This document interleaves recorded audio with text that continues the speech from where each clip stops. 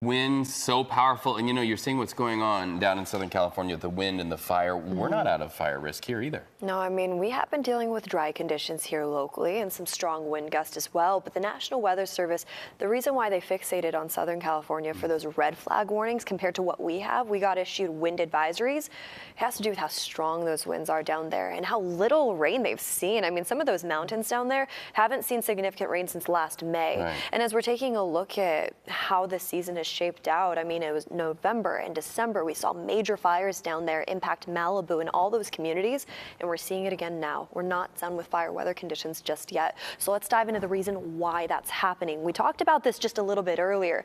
The Santa Ana winds down in Southern California are usually driven by an area of high pressure just offshore, and that's exactly what we have. But then that area of low pressure, as mentioned earlier too, just south of Southern California, that's what's driving those strong gusty conditions. It's like a pressure gradient between two gears turning against each other, and they've been battling that throughout the overnight hours last night, and now they're dealing with a very similar trend this morning too. Now this morning here locally in the Bay, we're going to see that wind advisory expire as these winds start to die down for us here locally, anywhere from Santa Rosa all the way down into the Santa Clara or into the peninsula and all the way down into the Santa Clara Valley too. Now into the overnight hours tonight, the winds stay nice and light.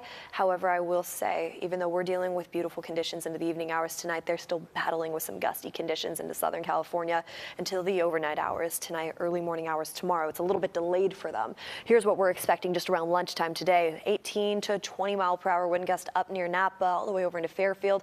That changes as we head into the overnight hours tonight, and we're left with dry conditions to wrap up this week, head into this weekend, and that's even the case as we head into early next week too. This is what the Climate Prediction Center has issued.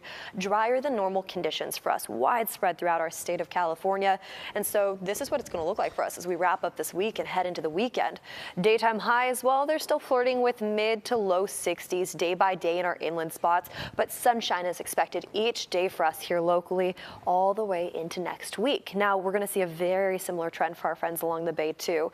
Along the peninsula, stretched all the way down into the Santa Clara Valley, we're still flirting with those mid to low 60s, and we'll cool down slowly but surely as we head into this weekend's forecast.